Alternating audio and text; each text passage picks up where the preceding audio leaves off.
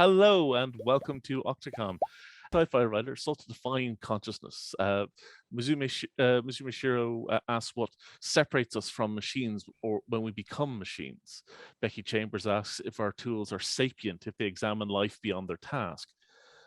Scientists grapple to find the origins of consciousness, while academics struggle to see the source of the light behind their own eyes. We take a look at some of the same ways that consciousness is defined, and how they stack up against the theories presented in science fiction. I, for one, believe that Zoom is also conscious because it just interrupted me in the middle of this to tell me that the panel was being recorded, just at the perfect time to throw me off. So, do we believe that Zoom is trying to throw me off? Let's go around the room and introduce our panel. Let's start with you, Anne. So, why do you think that? What brings you here today? What interests you in the questions of consciousness? Hello, everybody. My name is Angry. I shorten it from my full Russian name. I'm here now in Moscow, in Russia, and very much ahead of myself in Dublin as well, as my persona is in Octocon, Dublin. Okay, so I'm really interested in consciousness, and I've been developing this and researching this idea for both my writing, for my academic research, as I'm doing now, a preparation of online course on ethics of innovation, which I hope we will talk about some more when we're talking about artificial intelligence, especially. And I also like to think about some philosophical problems, like I delivered a talk quite recently about Ship of Theseus, which also deals with the problematics of consciousness. That's excellent. Thank you very much, Anna, for coming along. Is that a brain slug on your head? It's an octagon. It's an octagon themed brain slug. That's wonderful. So, Pete, tell us about yourself and your route to consciousness. I'd like one of those too, actually. They're going after the conference is over. Okay, so I'm Peter. I live in Galway in Ireland, and my work is in working in schools. Work exploring global issues through creative writing and drama. I'm very much concerned with interested in linking the personal to the global, and looking at how we behave, trying to understand the self. Know thyself, Socrates. It was written on the oracle in Delphi. And so when we make up our minds to do something, take an action, or we make up our minds to take up an attitude or form a belief, or when we change our minds, the processes that take place, we're aware of our thoughts, our feelings, and maybe a gut feeling, like a third component, all interacting in that, decision making. And so it's something I explore with kids in schools. Like we go from sort of like, say, taking one belief and changing to another belief, and trying to monitor what happens when we change. What's going on in our thoughts, what's going on in our hearts, and what's going on in our guts. And I'm very interested in the exploration of that sense of being conscious of what we're doing. As human beings, as an education, as a developmental process, which we could all do well to know more about. Yuval Noah Harari talks in his books Homo Deus and about the threat of AI, for instance, and how their development of emotional intelligence and AI in particular, and how as human beings we need to up our game in terms of emotional intelligence, understanding ourselves. And I think this is something we need if we're going to avoid any more Trumps or Putins or Erdogans or Bolsonaros or whatever. Or perhaps the problems to avoid them are simpler than the problems of solving AI. It's more to do with basic education, or more to do with belief in each other, and wanting to see the best in people, so we can maybe vote a little less fractiously. So, Julian, what brings you to consciousness? Well, it's either the inevitable result of a series of physical processes, or it's a free choice that something called I has made, but we don't actually know which, and possibly cannot know.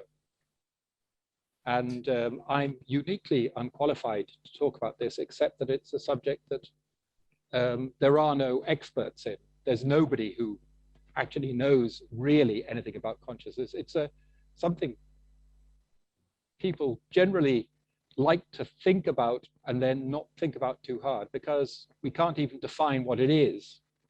Because within the machine, we can't perceive the machine we're working. Does anyone disagree with this? Anne, Pete, do you want to fight? Come on.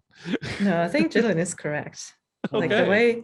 the way we've been tackling this whole idea of consciousness is the way that we dream of understanding it, and yet we're way ahead with our technologies that are trying to deal with this as well. Like we're trying to, it's our ideal world where probably, or a dystopian world. It's your point of view, of course, on that matter, but building artificial consciousness. And yet we do not understand our own consciousness. So, but this is a great time to talk about this, because I think as a believer in technological singularity, I would still think that we're going to see this quite soon. And I hope to live to that time when we understand consciousness and know exactly what it is. So you believe we can build it. So you believe the route to understanding consciousness is to run forward and hit the hit the point of accidentally creating a new consciousness of its own, and then examining that separate to our own. Yeah, I don't think it's not a scenario when you hit a button, it's gonna happen no matter if you hit a button or not. So this is just my belief. Okay, well, just for people at home, can you break down the singularity a little bit into something bite-sizable? Yeah, okay, so this is actually a quite interesting term for this conversation as well, because it comes way back, but Ray Kurzweil, I think, coined the technological singularity as it is mentioned by me, at least, in a way that it's a point in time in development of humanity when we reach this point of technological advancement, when we can actually do anything that we need to be done. For instance, like any disease, whenever we have a need for any technology, then we're going to have this technology at the same moment. And this advancement is mostly connected to artificial intelligence, because it will tackle our difficulties and our needs in a much more coherent way, I hope. Yeah, functionally though, that seems inseparable to the idea of apotheosis, where we seek to control our environment, but at the point where we can control our environment with no barrier, that's the point where we stop being, interacting with our environment, or definitely we far left behind being affected by our environment. We're now the master of our environment. So is that godhood? Is the next question after that. Just on a practical level, though, Pete, what's the smallest unit of consciousness you can think of? Is it one person or is it one thought? I think it's one moment. One moment.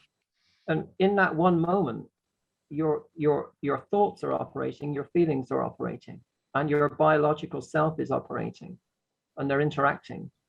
And if you can, I mean, it's a cliche, be in the moment, I suppose, and really be conscious, aware of what's going on, maybe you can really tap into a sense of how all these things are interacting to make you conscious of what you're doing, to give us what we call our consciousness, which we supposedly have, that other animals don't have, maybe other beings don't have, that are conscious in the way that we are.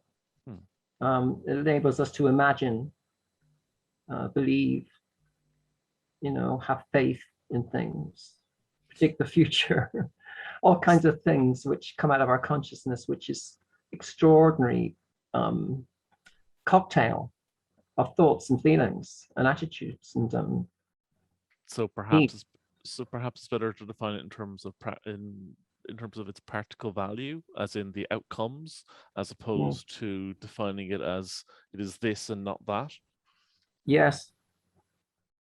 I mean, in my novel, my Jules and Rom, the teacher is in a situation where she's got this cast of kids and androids doing Romeo and Juliet, and she's teaching the androids how to act, or trying to. And the first thing is they have to learn how to understand when they're being in character and when they're being themselves. And it's the first time they actually think of themselves as being themselves. They never thought of it before, but now they actually ask them to pretend to be something, to be deceitful, to make things up. They suddenly realize, oh, there's this real thing that's me behind all this. And she's having to get them to kind of jump from one to the other and being able to follow a script, but also improvise, read emotional cues, read emotional subtext, understand the human cast that they're working with. So they have to be, what Daniel Dennett would say, to become competent. They become competent on an emotional intelligence level. Are they conscious? It's the thing. And I think because they don't have a biological component, they're missing something that we have, which I think we have in our guts. And I think this is something we kind of minimize, like a gut instinct. Is it necessarily, just so I'll pick you up on there, is it necessarily sinful to explore another way of thinking, though? Because when we look at people with dissociative identity disorder, what used to be called multiple personality, but with a much better understanding of it now, we actually, I'll give an example from my own life, so I'm not talking about people's experiences. When I was a younger man, I was a puppeteer, and I was really, really good at giving life to puppets. And the more I went to therapy, and the more I integrated the parts of myself together, the more I found that the puppets had less to say. That I used to have this incredible. I had a little chap named Earl, and he would say the filthiest things I would never think of. I couldn't think of. I'd have to put Earl on to have a conversation with him, and he'd think of stuff, and that would be a way for my brain to organize that consciousness. And the older I get, and the more comfortable I got with being, being effusive in front of people and trusting people, the less and less and less Earl had to say. And I always think that's really weird, but it's also like, I can't deny the truth of that there was a second consciousness present with me, and he's not me, but also indisputably my hand is connected to my elbow, it's connected to my shoulder, connected to my head. So is that two consciousnesses, or is that one? Well, Julian, what do you think? I think it's very difficult to examine consciousness, because the only consciousness you can actually examine is your own. Not only can we not examine other people's consciousness, we don't really know 100% whether they are conscious or not. There's a Heinlein story where the lead character is the only conscious creature in the universe. And there's a lot of mechanisms which are basically just consciousness robots that are manipulating the environment around him. That's part of, Heinlein paranoia. Now, we do deduce that other people are conscious, and I think that's what a lot of how we interact as people is trying to figure out, are other people conscious? That's what art is for. That's why we watch sport. We watch sport with human beings because we like seeing things other human beings do, which makes us think maybe they're conscious too, and we're not alone in the void. A lot of the way we interact with other human beings is try to detect consciousness. And I thought it's interesting you talking about the puppet, because we're very prone to ascribe consciousness, especially small children. Small children will believe that dolls have consciousness. They'll talk to them. They'll give them the stories for small children. Will frequently ascribe consciousness to any kind of objects. You know, there's endless. Toy Story is just the latest of assigning consciousness to inanimate objects. Children do it very naturally. As we grow up, we think maybe that rock is just a rock, and we're looking to find consciousness in other beings. And you notice in science fiction, robots are invariably conscious. All robots in science fiction are conscious. You will find it very rare. And if a robot isn't conscious, he's just a background mechanism. Nobody wants stories with non-conscious robots in. In real life, I've been following artificial intelligence. I'm strongly skeptical about artificial intelligence as far as consciousness goes. When 2001 was made, it was taken for granted that we would have conscious computers by 2001. It wasn't even questioned. In practice, we're pretty sure none of the computers we interact with are conscious. But in 2001, I had a computer science lecturer who was still working, who'd left the college to work on the compound noun. We were still working out how to get a computer to understand the term goalpost. It's made up of the word goal and post. That's how far back we were.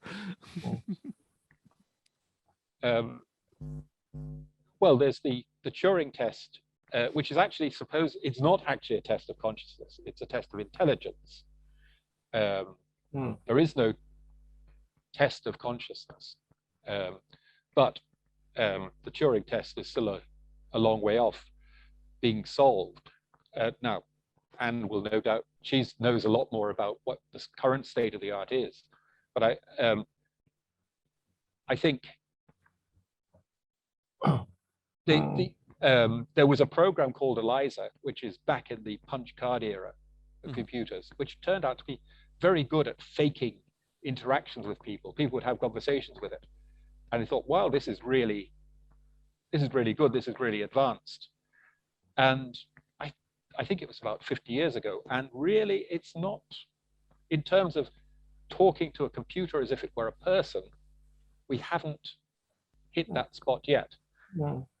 We've and I know it's always, it's like nuclear fusion. It seems to be something that's going to happen in the next 10 or 15 years and has been for the last 50 years. Yes. Dave, James, I think when you said earlier about your puppet experience, and you talked about whether you were divided, whether your consciousness was possibly divided up. I was thinking that for me is the key. Is like, you say to someone, were you conscious of what you were doing? Were you thinking about it?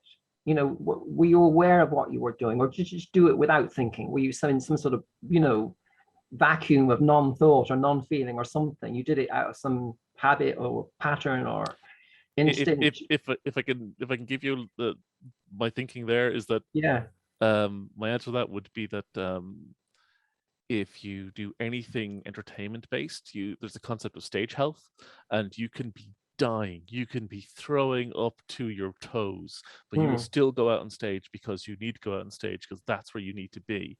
I worked a photo shoot for 6 hours with a fever one time by going to bed for 2 hours, getting sweating out as much as I could, then getting up, going to work for 6 hours, then coming home and lying down. And that's just putting my brain on autopilot. And I think that's the same thing with puppeteers, where you're not constructing the concept. What you're doing is you're exploring the felt, and it presents itself to you in a lot of ways.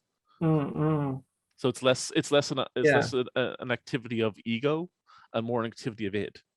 Okay, but there's a dialogue within the self, and I think maybe the potential that I think people who are hopeful anyways, that say within AI that there be some development where an AI unit, machine, whatever you want to call it, would be conscious of what it has just done. Say it's just done something, and it thinks about what it's done, and it's conscious of what it's done. In a sense, it's aware of what it's done, and it thinks about it, and that is a conscious experience So of self. if we can figure out how to make a robot sad, it dropped its drink. Yeah, it may not. And sigh. Yeah, Wistfully. Yeah. The Rick and Morty example is always the fine one where he builds a tiny robot. He says, "What is my function? Your function is to get me butter." So robot rolls across the table, grabs the butter, pulls it back to Rick. He butters his toast. The robot asks, "What's my function?" "You get butter." And the robot just looks at his hands and goes, "Oh my God, is this all that I have?" There's actually a brilliant video game based on the story behind that, like the after story. I'm going to recommend it in the Discord because I don't remember its name now, but you kill people in it. I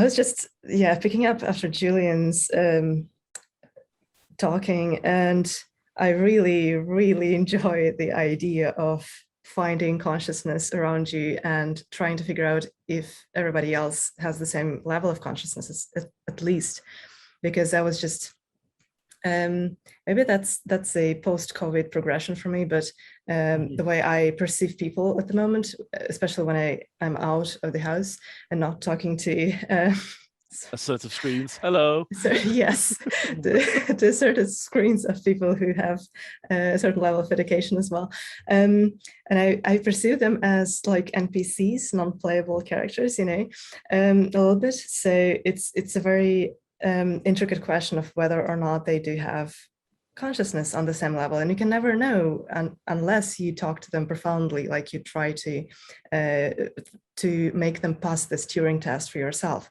right? Isn't that more of a function of being judgmental, though? Because absolutely, one must assume that I'm a physical being, so we can assume that meat bags with similar construction are also conscious, or that a felt puppet with a hand in it, with a person in it, is moved by a conscious, but maybe not a phone system that phones you up and asks you questions. Maybe that's not as conscious as something with meat somewhere behind it. But nowadays, like if you pick up a phone and there is a phone number that you don't know, it's most likely you're being called by a bot, and you will not realize that you're talking to a non-person entity unless it has like this script that you recognize already.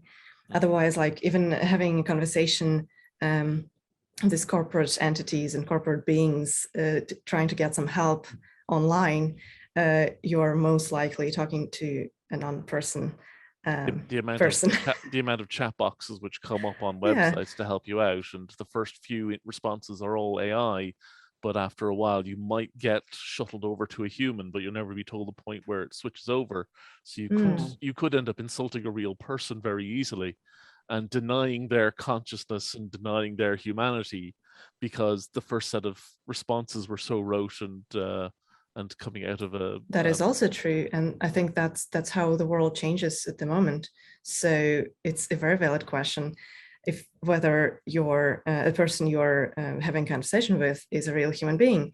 And I think that's the way that Turing test has been passed already by a lot of things and a lot of algorithms as well. That are we made less human by the narrowness of the communication field? Because the whole point of the Turing test is like how you fill out the Turing test is I'm no expert, that's why I'm talking to you lot. So correct me if I'm wrong. How you fill it in is you are typing into a keyboard, aren't you? And they're typing back through a screen. It's roughly right. All right. So so much of our regular when that was invented, typing into a keyboard and reading a response back from a screen was a novel experience. That was a massive reduction in the data you would pick up from another person in front of you, because if it's over the phone, you get inflection, you actually increase your ability to know whether someone's lying or not, but you're not looking at them. If you're sitting in front of them, you're looking at their skin, you're looking at their health, you're looking at the preparation they did this day to arrive to this moment. whether that be whether they're wearing a new shirt or not, or whether the room they're in is tidy or filled with toys. So by reducing these channels, or rather by the modern world reducing these channels, are we creating a world which is easier for bots to pass as conscious? And is that what we're doing is that how we're damaging our own set of understanding of consciousness? I think, to be fair, if there were some kind of conscious machine, I don't rule out conscious machines, just I don't think computer programs are likely to be conscious. But a machine doesn't have to be a computer program. And a conscious computer will express its consciousness very differently from a living creature. I mean, so if there's a script that's been pre-written, you don't believe that to be a conscious response? There has to be an internally flagged thought that that I'm going to choose a different path. I think there has to be an experience. Something has to be experiencing something. But I think part of the problem with this discussion and all discussions on consciousness is that we find it very difficult to say what it is we mean, because our language is fundamentally based on consciousness as the bottom level. So when we say, oh, I felt hot today, it is referencing our consciousness. But we're actually using that language to define our consciousness. We're going round in circles because the consciousness is at the base of everything.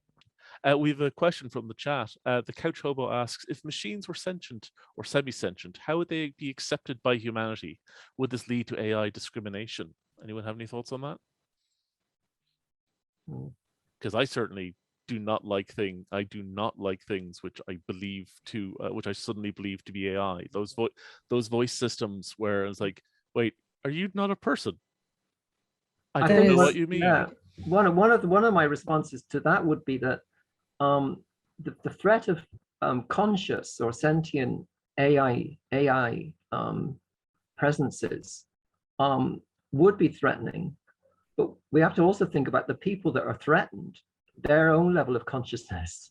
There'd be a lot of people in the world who'd be extremely threatened, who wouldn't have a clue most of the time of why they behave, their own thought processes and their own consciousnesses. And they might feel envious or jealous or angry at an AI unit that has maybe a greater consciousness than them, because they actually don't use their own. As opposed to a load of highly intelligent human beings questioning AI, you might have a lot of human beings who don't really understand themselves as well, who aren't conscious, really conscious most of the time. And did you have something to say on this as well? Yeah, I think about this a lot because I deal with ethics situations. And I think this is the type of a question that we have to solve before it happens. And I think the most common approach, just building up on what Pete said, is that it won't matter much.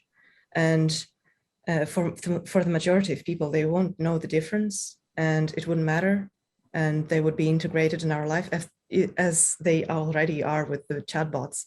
And it's whether we accept our fate as humanity kind of dying out because we're still physical and material beings, and whether or not we choose to be uploaded to some iCloud thing and become this, maybe if we understand consciousness as just a set of information, as we tend to do now with computerization of the whole world, I think, right? It's either we, on the one hand, it's information, on the other hand, it's feelings, right, and emotions, and then that's chemistry based and physical based.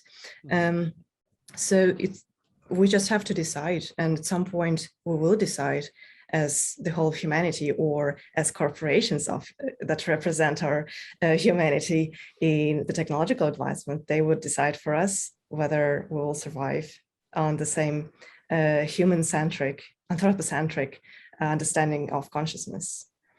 So will it lead to discrimination of AI? Very doubtful. Of humanity? Maybe.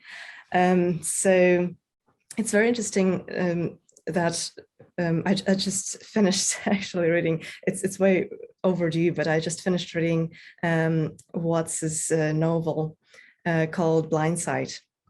And it has a very interesting discussion of whether consciousness, on this anthropocentric consciousness, is actually needed for intelligent beings advancing and traveling through the universe, which is a whole different, the whole level of a conversation on consciousness and how we understand it.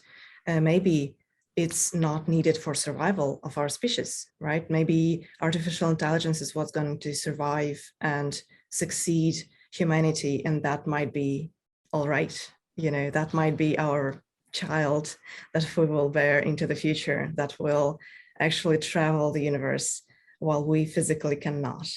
But if in that case, is consciousness best defined as something that breaks the rules and pushes against its programming?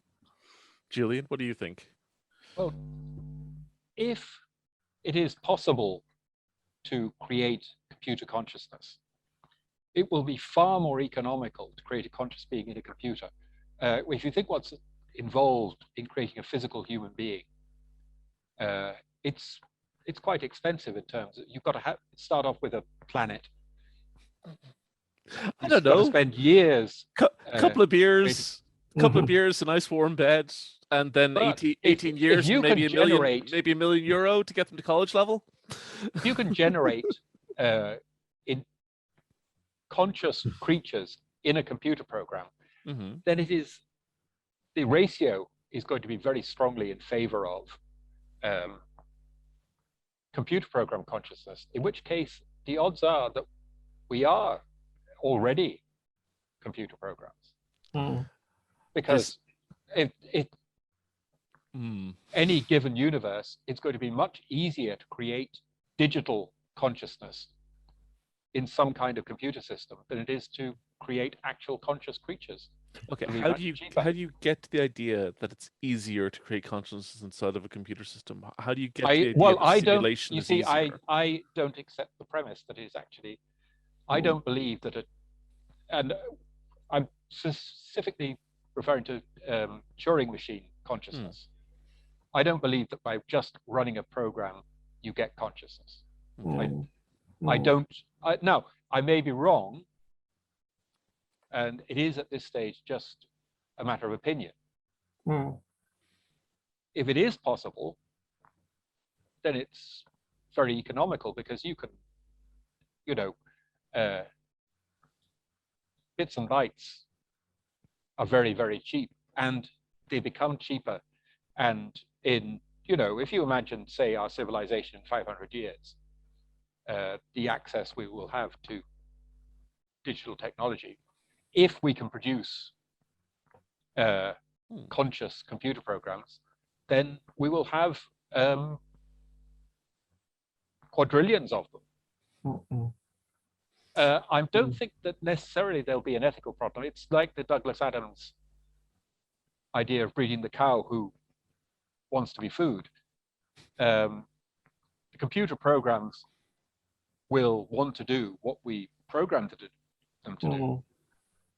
There's if they will want to be of use to us, they'll be quite happy to be switched off. I think Pete is wanting to push it on that idea. I was just looking at that question that came up, and I was thinking there, the two words are very close and similar sounding, the word conscious and the word conscience. And maybe this is one of the things that the areas we'd have to look at. Like, you could have an intelligent car, an AI car that was super intelligent and through algorithms would make all the right decisions and would take you through the traffic and you'd have no problems. But if you had a car that was driven normally by the driver and then the AI car took over if there was a problem, it could be that the AI car would take over just as there was an accident going to happen or something happening. And then the car would not only take over, it would say to the driver, "Why did we do that? Why were you getting so angry there at that red light?" What's The- going on? there, And the whole question of conscience would come into it, as opposed to conscious. And this is, for me, it's an interesting aspect of the story in terms of intelligence. there are already interrupt systems in cars for drivers. If I believe in BMWs, if your car wheels to the left and right multiple times under it's like 3 times under a minute, a voice message will start to play telling you to take a break and relax. And Okay. so my sister-in-law was swerving to avoid an idiot with her daughter in the car. The idiot was driving in front of her, and because she kept like stopping and starting and stopping and starting, the car kept playing the message, you need to take a break and relax. And this was driving her daughter. Like this is the best thing in the world for her daughter, that her mom was arguing with the car she was driving. Yeah. But is that a form of conscience then? Is the car offering conscience? And well, at that point it's designed in. Somebody made the choice for that response to respond with that trigger. Actually, here's one that I find interesting is pathfinding. So we use big data to figure out pathfinding mechanics for computer games. And if you let the pathfinding system build itself, and you give it the testing conditions of you start here, you end here, work out what the best pathfinding system is, and then we just choose not to use the rest of them. Is that killing off nascent AI because it's making choices, and we're not choosing the best one, we're not choosing the smartest one, we're choosing the one that we decide is correct? So is that just pruning a bush, or is that killing off a nascent mind? Someone who is like a mind that's dancing beautifully around the maze before it gets to the exit, enjoying its life as much as it can before it achieves its goal. Are we killing that off in favor of just something that achieves its goal as fast as possible? I'm reasonably happy to do any kind of violence in the realm of computer programs, internet searches. I think we've enough ethical problems in the actual world. I think we could do what we like in our programs. I would worry very much when we say the idea that we have enough ethical problems, and that's a line past which we don't want to go. That's exactly the wrong thinking to have when it comes to ethical problems, because that sentence has been used in other contexts very badly. Westworld is an amazing show for dealing with this, where it comes down, where the creator of the show, spoilers for the end of season 2, mind you, the creator of the show comes down very hard on the idea of, if there's a possibility of consciousness, we must therefore accept that consciousness is happening, and therefore these creatures have rights. They have the same rights as we do, because they are as conscious as us, even though they have been programmed with scripts. We too sometimes are programmed with scripts. But so does that make us less conscious than they, if we are following the rules of our lives in a more strict fashion?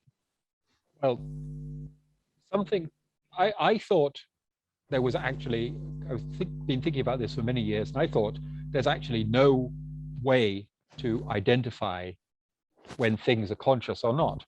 And I thought, well, no, we know that at least we are having a discussion on consciousness, which means that we think that there is such a thing as consciousness, and we're talking about it. Now, if we set up Westworld with these robots, and we find that when work is over, they've finished pretending to be cowboys, they set up a little discussion group where they're talking about how they are conscious. And we look at the programming, we say, well, we never wrote that in, because it's very easy to write. You could write a 2-line basic program that says, print, I am conscious. You know, we need something more subtle. They need to spontaneously discover that they have a property that they will, maybe they'll give it a different name. But Because- to whose satisfaction is it spontaneous? Is it to ours or theirs? Well, it's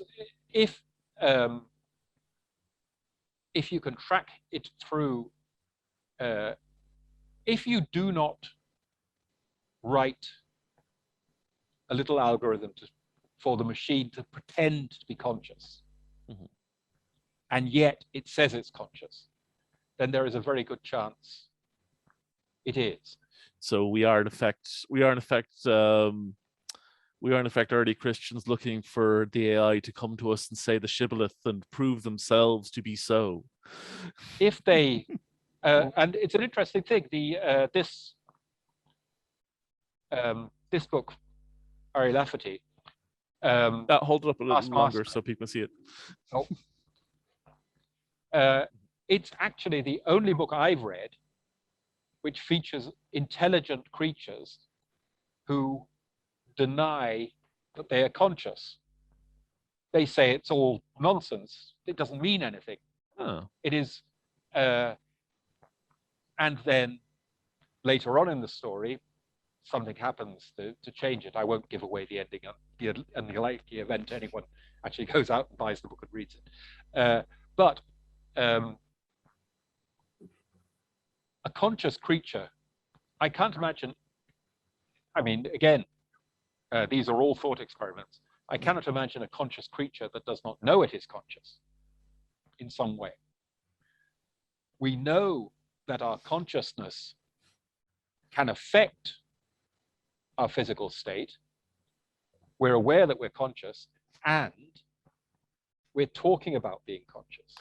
I think with trauma, though, many people will deny their part in their own conscious mind.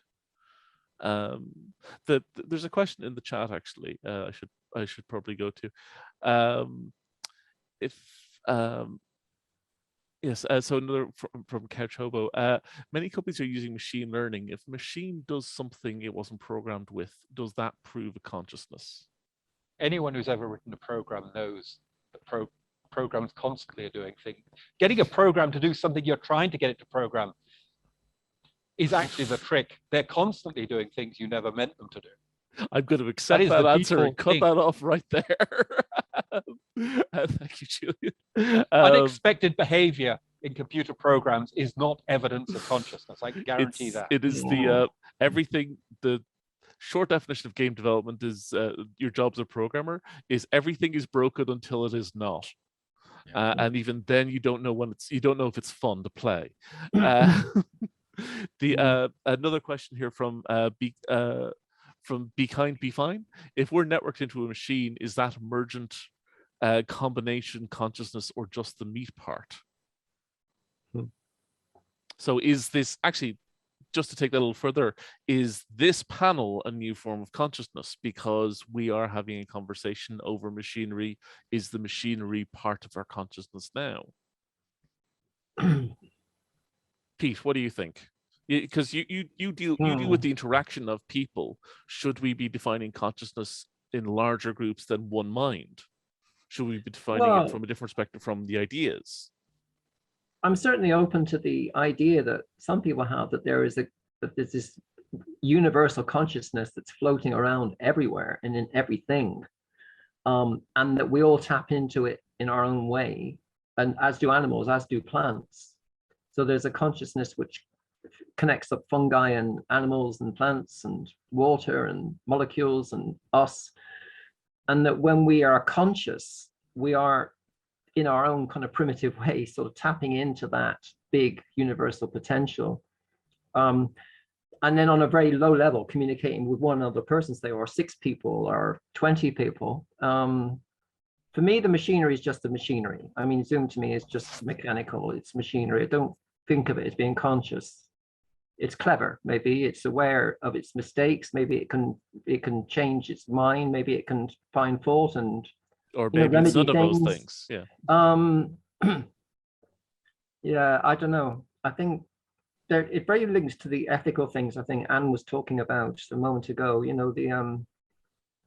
But just get away from AI just for a moment. I'm thinking about, say, Mary Shelley's Frankenstein, how, Frankenstein builds a being out of bits of human beings. So it's not even AI. This is creates this monster, which obviously in the book, the monster has a consciousness. It's aware of its thoughts. It's aware of its feelings. It philosophizes. It grieves. It feels. It gets angry. It has everything that we have. What it seems to lack is a kind of sense of self. It has a sort of fragmented sense of self, which makes it kind of mixed up and confused. Have we never had that experience of feeling mixed up and confused? Exactly. And so in some ways it's that even there it's close to us. And yet there is a sense that it seems to lack something. The monster itself lacks something. It expresses it. And it's just what we're talking about when we say consciousness, being able to be conscious of our own consciousness in our own selves, and then interacting with other consciousnesses, other selves.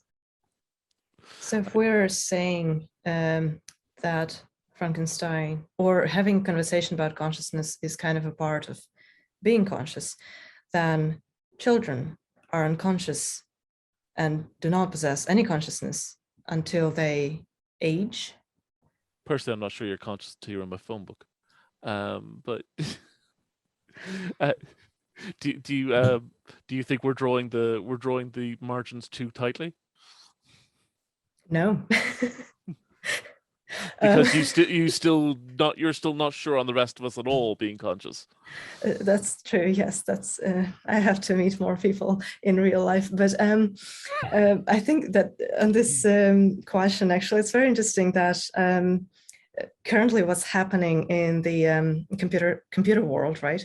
That we are actually typing into the keyboard, right? We're trying to make our computers understand us instead of them understanding us the way that we talk to each other, to other consciousnesses around us, right?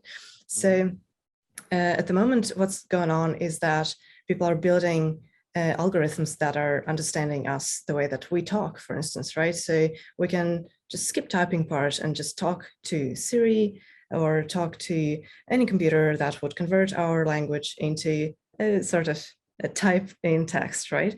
That would be put into, converted into commands for our computer to do something. And why it was not possible before is because computers are quite limited. Our brains are much bigger on the inside than our computers are. But currently there are even startups developing processors that are currently at 800,000 cores. So it's getting very close to the situation where our minds work differently from a point of view of, if we compare it to computer-based consciousnesses, if I may, and right? in terms of raw power, it's sneaking up on us quite fast. Yes, and it actually can do a variation of thinking process, as we are not allowing ourselves. We have no capacity to deduce everything by just going one by one, right? So it's like a mathematical, I'm not sure how it's called in English, sorry, a mathematical method of just 1, 2, 3, 4, 5, just going through the whole process of calculation one by one. And computers will be able to do this very soon and do the same calculations about the surrounding world very fastly. Whereas brute forcing, I believe, is the term you're looking for there. Whereas human minds work on potential and experience of potential. What's fascinating to me is when we actually give up on thoughts and ideas in applied behavioral analysis, which is a teaching technique used for autistic children.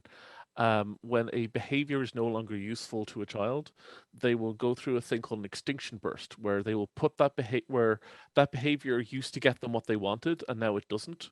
So they will do that behavior to the absolute maximum they can.